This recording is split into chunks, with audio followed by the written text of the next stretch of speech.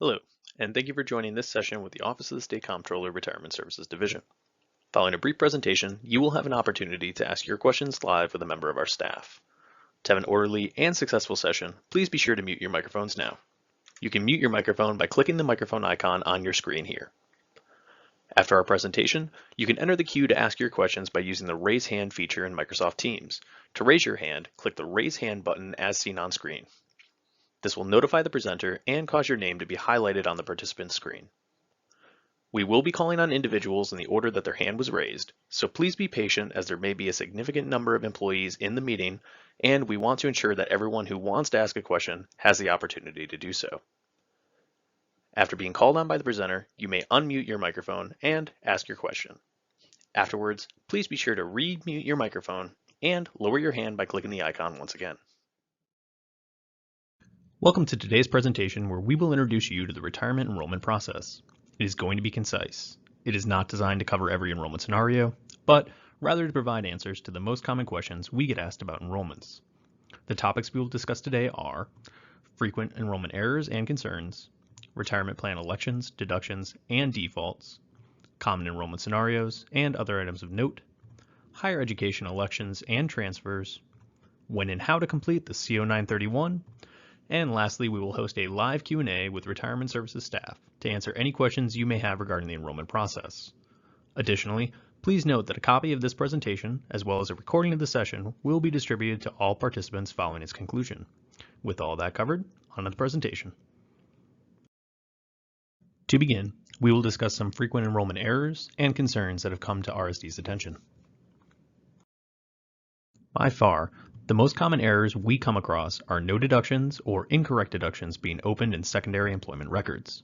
If an employee is hired into a secondary record, retirement deductions that match the employee's primary record must be opened. Under no circumstances should a retirement-eligible secondary record be opened without matching retirement deductions. If you are unsure regarding the employee's tier placement, please contact our staff for confirmation. However, if all else fails, open the appropriate default plan deductions to at least begin contributions for that employee. Remember, correcting an employee's tier or plan placement is preferred to having no placement at all. We have also seen an influx in Social Security numbers being entered in CORE incorrectly. The first step is prevention by being extra careful when entering all data for newly enrolled and rehired employees. But mistakes do happen, so it is important to know what to do when an error is found.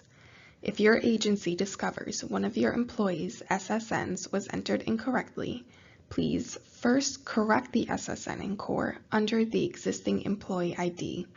Please do not create a new employee ID under the correct SSN.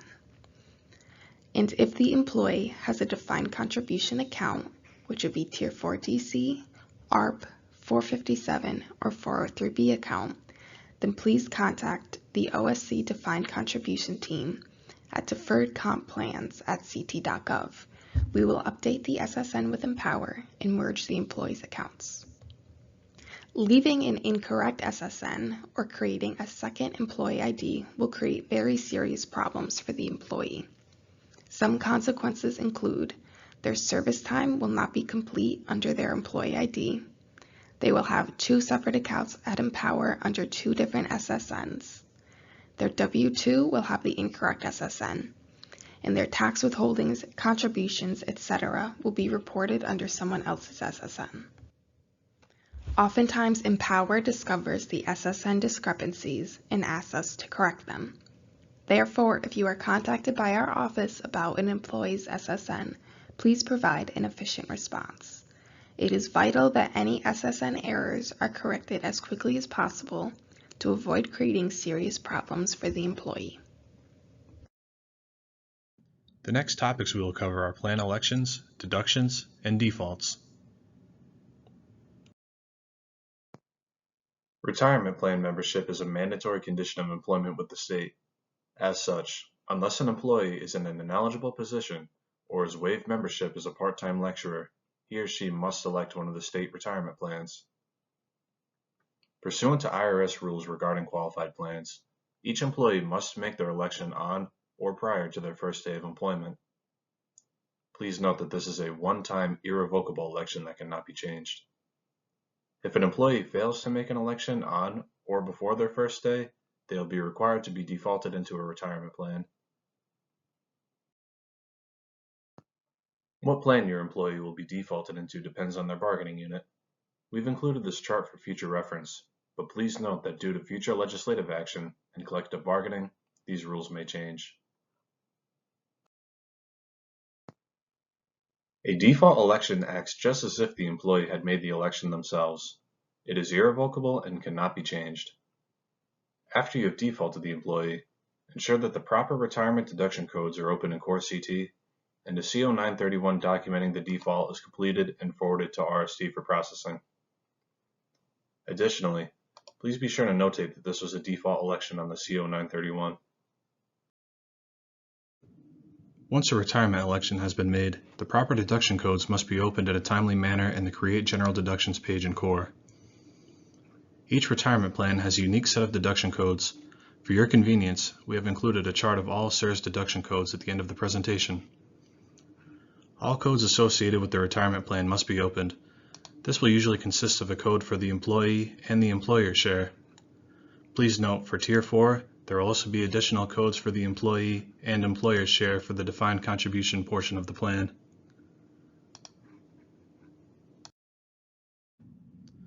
If an employee is hired and deduction codes are set up incorrectly or late, missing contributions will need to be paid through the mandatory contributions due process. In these cases, once the deductions are corrected, RSD will provide the agency with mandatory contributions due details, including the total amount, time period of missing contributions, and the appropriate deduction codes to recover these contributions. Provided at the bottom of the slide is an example of how this information may be sent to the agency from RSD. The agency will be responsible for entering the provided mandatory contributions deduction codes and the goal balances in the Create General Deductions page. Please note, any changes to the biweekly deduction amount at the request of the employee will be handled by the agency by adjusting the flat amount in the Create General Deductions page. This biweekly reduction may be reduced to a minimum of $20. Effective July 1st, 2023, contributions for members of CERS Tier 4 will be increased by 2% for 1 year. This will require a new set of deduction codes for Tier 4 members to be opened in addition to the regular Tier 4 codes. For existing Tier 4 employees, these were automatically added in Core and will not require any action by the agency. Tier 4 employees that are added to payroll anytime after July 10th, 2023, the new Tier 4 shortfall codes will need to be entered in addition to the regular Tier 4 codes. We will now be taking a look at the rules regarding CERS tier placement and permanent breaks in service. A member's tier in CERS is dependent upon their date of hire. Please refer to the chart on screen for the applicable service dates for each tier. Please note that a member's tier placement will apply to all future retirement-eligible state employment subject to CERS permanent break rules. Whenever a prior CERS member is rehired, you must check to see if they incurred a permanent break in service prior to the rehire. A permanent break in service occurs if an employee is not vested in the prior plan, they had a break in service of more than 5 years, and the break in service is greater than or equal to their prior actual state service. For example, an employee was a member of CERS Tier 3 and worked for 4 years, left state service, and was rehired after 6 years of severance. Because they were gone longer than 5 years and more than their prior actual state service, this would be considered a permanent break. In this case, any service prior to reemployment will not be counted for retirement credit, and the member must make a new election. For most cases, this will result in the employee being placed in the current CERS tier. However, if an employee has received a refund of their prior CERS contributions, they may make a new retirement plan election if they are eligible to do so, such as a new hire in a higher education agency. Let's walk through one more example of determining a permanent break. Say hello to our employee. He's a Tier 3 member with 6 years of actual service who terminates employment and is rehired 4 years after separation. As always, the first question to ask is, did the employee earn and retain a vested benefit in their prior tier? For Tier 3, that would require 10 years of service, which he does not have. So our answer is no, and we move on to question 2. The next question is whether the time between separation and rehire is less than their prior state service or 5 years, whichever is greater. Here, we can see that he was separated for less than 5 years, and also his prior service exceeds the separation period. As such, the answer is yes, and we can conclude that no permanent break has occurred. This employee will return to Tier 3 in the new position. Now that we've determined that the employee has not had a permanent break, there are 3 additional items you will need to confirm during the enrollment process. First, check the employee's record for a prior refund of their CSRS contributions. If yes, provide them a CO 800 application for purchase of retirement service credit form so they may restore their prior service credit if desired. Second, check for a prior grandfathering election. If the employee has previously made the election to grandfather, reopen the RG CSRS general deduction at the employee's prior rate. And third, check for a prior refund of their OPEB contributions. If yes, offer a CO 1302 repayment of retiree health fund for prior service credit form so they may restore their prior service credit if desired. Links to these forms can be found on this page as well as in Appendix 2. One last note for rehired employees. To prevent common payroll errors, we recommend the following. Confirm that the direct deposit screen in core is accurate. Rehired employees often have outdated banking information remaining in core. Confirm general deductions. Be sure to look out for old retirement, union, and other miscellaneous deduction codes that may have been left open by the prior agency. Confirm that the address on Modify a Person matches the employee's current address. And lastly, check the additional pay screen to ensure that the prior agency did not end date an earnings or set a goal amount on an earnings that needed to be paid. The next topics we will discuss are additional plan elections and some common scenarios that you may run into. Some job classifications are required to make additional hazardous duty contributions. These contributions also come with a different set of deduction codes that must be opened instead of the standard codes for the corresponding CSRS tier. Hazardous duty eligibility may also be restricted by the agency or location the member is working on top of the classification code. For example, a custodian, classification code 0429, working at most Department of Children and Family locations would be considered non-hazardous duty. However, if that same employee was transferred to the Long Lane School location, they would now be required to participate in CSRS hazardous duty. Whenever a change between non-hazardous duty and hazardous duty occurs, it is important that a new CO 931 is created and sent to RST to document the change, as well as making sure the current deduction codes properly reflect the current plan. CSRS Tier 4 Substitute is a plan for substitute instructors within the State Department of Education who were first hired on or after July 31, 2017. This plan is mandatory for employees who fall within these criteria. They do not have the option to elect CSRS Tier 4 in this situation. These employees will be required to fill out the CO 931 T4S and have the deduction codes associated with Tier 4S be opened. Members of the Tier 4S plan may also have a one-time irrevocable option to transfer to the teacher's retirement system if they attain non-substitute status as an instructor within 3 years. This transfer is not mandatory for employees in this situation. They may stay in Tier 4S. This transfer is initiated by the member by filling out the Connecticut Teaching Service Forms. A substitute instructor who has not become certified or becomes certified and does not elect to transfer to TRS will be required to remain a member of Tier 4S. This is not limited to the State Department of Education and will affect all future eligible state employment, even if the member transfers to a different agency. Now let's take a look at temporary rehired retirees. When a retiree is employed at your agency, always make sure to fill out a CO 1208 to document the temporary post-retirement reemployment. To ensure that no erroneous contributions are made by the retiree, ensure that either the RE RET 1 or RE RET 2 deduction codes are opened and all other retirement codes are closed in their active record. Additionally, the direct deposit screen is shared with retirement. Any changes to the direct deposit information must go through retirement payroll.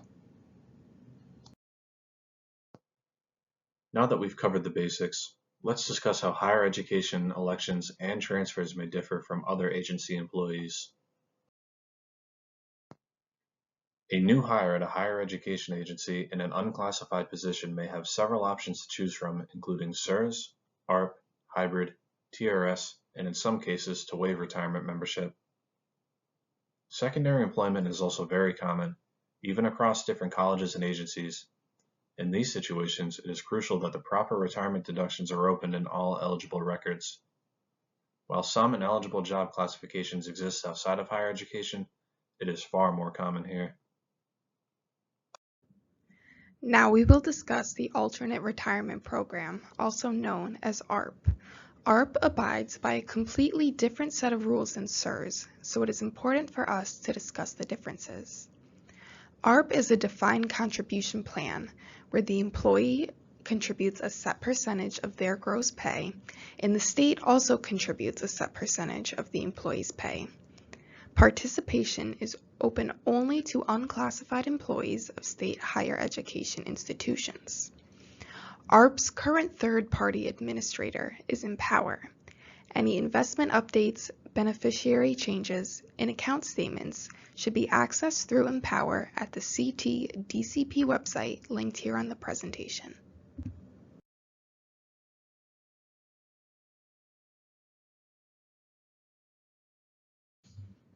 There is a legacy ARP plan and new ARP plan.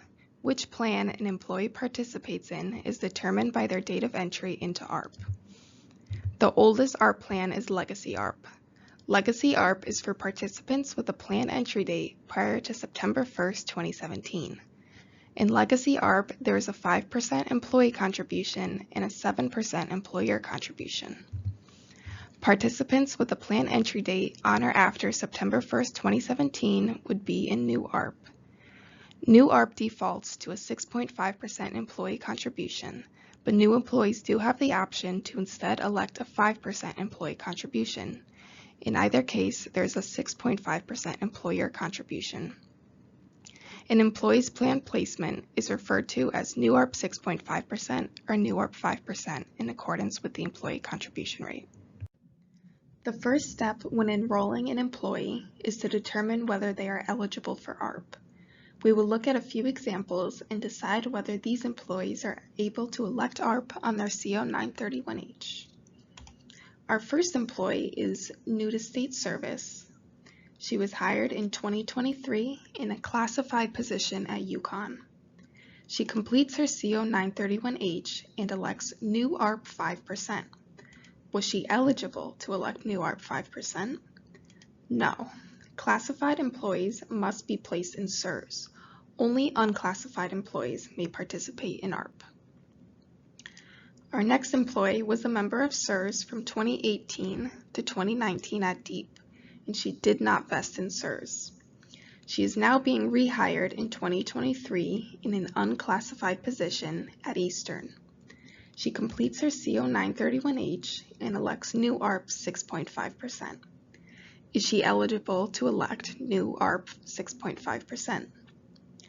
No, she did not experience a permanent break, so she must return to CERS.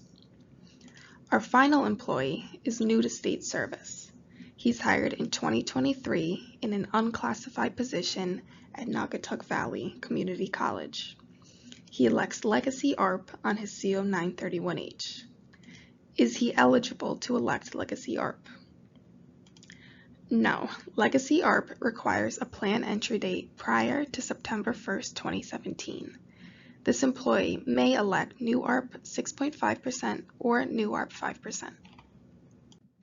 Once you determine an employee is eligible for ARP, you then must determine which ARP plan they should be placed in. ARP has immediate vesting and there are no permanent break rules. Therefore, unlike CERS, if a prior ARP participant is rehired into an ARP-eligible position, they must return to ARP and into the same plan they were previously in, since they are already vested in that plan. The employee should provide their HR information about their prior state service and plan participation to help their agency determine the proper plan placement. If there are any questions about plan placement, please contact us prior to opening any deductions so we may assist. Now we will look at some ARP plan placement examples. Our first employee participated in Legacy ARP from 2000 to 2002. She has not had any additional state service until being rehired into an ARP-eligible position in 2023. Which ARP plan should she be placed in? She should be placed back in Legacy ARP since she is already vested in Legacy ARP and there are no permanent break rules for ARP. Our second employee participated in new ARP 6.5% from 2018 to 2020. He has had no other state service until being rehired into an ARP-eligible position in 2023. Which ARP plan should he be placed in? He should be placed back in new ARP 6.5% since he is already vested in this plan. He does not have the option to elect new ARP 5%. Even though it shares the name of new ARP, it is a separate plan. Our last employee is a new state employee hired in 2023 into an ARP-eligible position. She wants to elect ARP, but she doesn't know what these different plans mean. Which ARP plan should she be placed in? She can elect either new ARP 6.5% or new ARP 5%. Since she is a new state employee, she has the choice to elect either of the current ARP plans. Once she makes her election, it is irrevocable and she cannot choose a different ARP plan at a later date. Once your agency determines the proper ARP plan, it is time to open the deduction codes. Each ARP plan has 3 deduction codes noted on the screen. It is extremely important that all 3 codes are always open at the same time. When opening and reviewing codes, please verify that all 3 required codes are open at the same time, even when rehiring an employee onto an existing record. Many old legacy ARP records do not contain the employer deduction code RARRER, and there may have been other errors on prior records. Please be extra cognizant that the proper codes are all open when rehiring on an old record. Please also verify that all deduction codes match across all job records. If you find the existing job records already have mismatched codes, or you believe another job record has the incorrect codes open, please reach out to our office. We will verify proper plan placement and rectify any mismatched codes. Only the proper plan's code should be opened, so please be careful not to combine deduction codes of different plans. It is extremely important that all deduction codes are opened prior to the employee receiving their first paycheck. So now that we've discussed the basics of ARP enrollment, we will now move on to other common scenarios found in higher education enrollments. A scenario you may come across are employees who are rehired after retiring through the teacher's retirement system. A retired TRS member will have reemployment limitations subject to the provisions of the teacher's retirement system. To determine if the employee is eligible for retirement plan membership after retiring from TRS, we will need to determine if they have participated in TRS as a state employee. TRS retirees who have never participated in TRS in a state position are eligible for retirement plan membership and may elect CSRS or ARP. If a TRS retiree has contributed to the TRS in a state position, they will be deemed ineligible in post-retirement employment with the state. Part-time lecturers across higher education agencies are also able to waive retirement plan membership if it is their initial election. Just like any other election, a retirement waiver is irrevocable and cannot be changed. A retirement waiver will render all future part-time employment within higher education ineligible for retirement plan membership. It is important to note that this affects future part-time employment that would not have been eligible to waive if it was the employee's first position. A retirement waiver does not apply to full-time employment. A part-time lecturer who initially elected to waive membership that is later rehired into a full-time position will be required to make a new election for the full-time employment. Let's take a look at an example. Here we have our part-time lecturer. He initially elected to waive retirement membership on October 1st, 2015. After terminating employment on October 1st, 2016, he was later rehired as a part-time educational assistant on January 1st, 2018. To determine if the prior waiver will impact this rehire, we need to ask, is the new position both part-time and within a higher education agency? Since the answer in this case is yes, our employee is still bound by his prior waiver and is not eligible to make a new retirement election. An employee who transfers from a non-higher education agency to a higher education agency must remain a member of SERS. These new retirement plan options are only available to new hires making their initial election.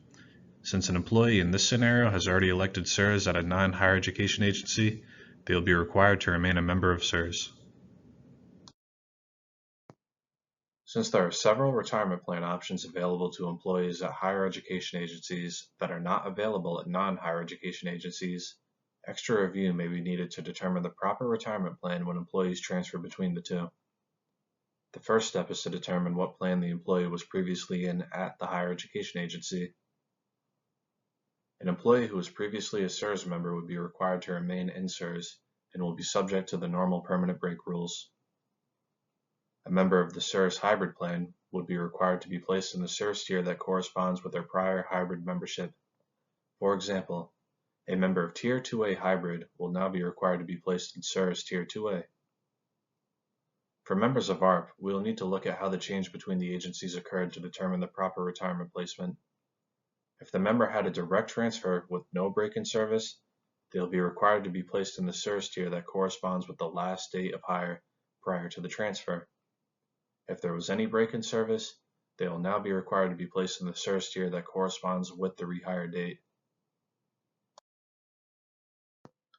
Let's walk through two examples of an ARP to SERS transfer. Say hello to our employee. He's a prior ARP member that was last rehired into an ARP eligible position July 1st, 2016. He terminates his ARP position July 1st, 2021, and is later rehired into a SERS only position July 14th, 2021. As always, the first question to ask is, did the employee have a seamless transfer between the ARP and SERS only positions? Because there is a gap in between his two jobs, the answer for this employee is no. As such, the employee must be placed into the tier applicable to the data transfer. In this case, the employee will be placed into the SERS Tier 4. Moving on to our second example, say hello to our other new employee. He's a prior ARP member that was last rehired into an ARP eligible position on July 1st, 2016. He terminates from his ARP position July 1st, 2021, and starts a SERS only position July 2nd, 2021. Once again, we ask, did the employee have a seamless transfer between the ARP and SERS only positions? Because there is no gap in between his two jobs, the answer for this employee is yes. As such, he must be placed into the tier applicable with the most recent date of hire from the ARP position. Because the last hire date was before July 31st, 2017, but after July 1st, 2011, this employee will be placed into SERS Tier 3. Our last topic today is when and how to complete the CO 931 and its supporting enrollment documents.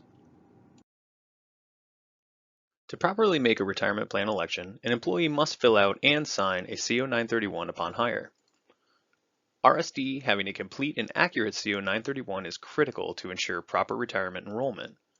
Before completing the form with the employee, verify that you have the correct version. Currently, there are 3 different versions of the CO 931 and each is dependent upon the employing agency. The CO 931H is used by higher education agencies only. The CO 931 T4S is used for substitute teachers within the State Department of Education. And lastly, the standard CO 931 is used for all other state agencies.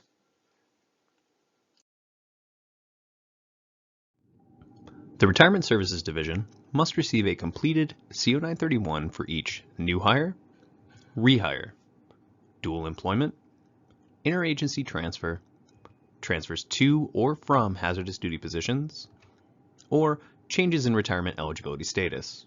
Providing a new CO 931 in each of these circumstances is critical to ensure that each state employee is enrolled in the proper retirement plan and that the corresponding deductions are active in their employment records.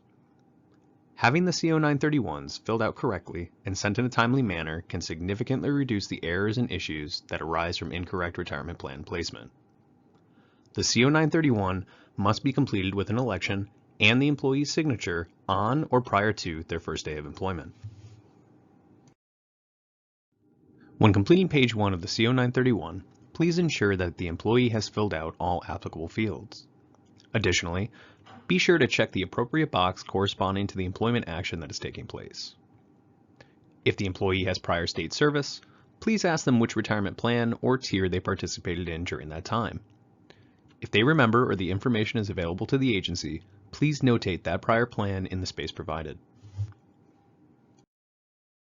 Turning to page 2, please ensure that only one plan is selected. If the employee selects SIRS, check the box for the applicable tier, and ensure that the hazardous duty field is completed in accordance with the position. If the employee has selected ARP, check the box that corresponds to their deduction amount. Additionally, if the employee is a legacy ARP participant, please notate that on the form. If the employee is ineligible, please document the reason in the field provided. A common issue that results in improper plan placement is when a form has multiple plans selected, one-lined, circled, etc. To prevent errors like these, please complete a new CO931 to document the correct election if your employee has made a mistake on the form. And lastly, ensure that both the employee and agency representative have signed and dated the form before forwarding it to the Office of the State Comptroller. With each CO931, you must include a beneficiary designation form and the applicable purchase request forms for the members tier. These forms are required regardless of whether the employee is completing a purchase or not. Additionally, please note that for the Tier 4 DC and ARP plans, you must submit an additional beneficiary designation form to the plan provider directly. A link to the provider's website has been provided on this slide for further reference. One final note regarding the CO931s. Due to ongoing errors resulting from delinquent 931s and deductions not being opened, RSD has implemented the following process. If no 931 has been received prior to a member accounts unit reviewing the member's enrollment, the following email will be sent to the employing agency and the impacted employee. If the 931 has still not been received by RSD 14 days after the agency email, RSD will then send the following email to the impacted employee directly. We will now be moving into the Q&A portion of our session. As a reminder, please use the raise hand feature to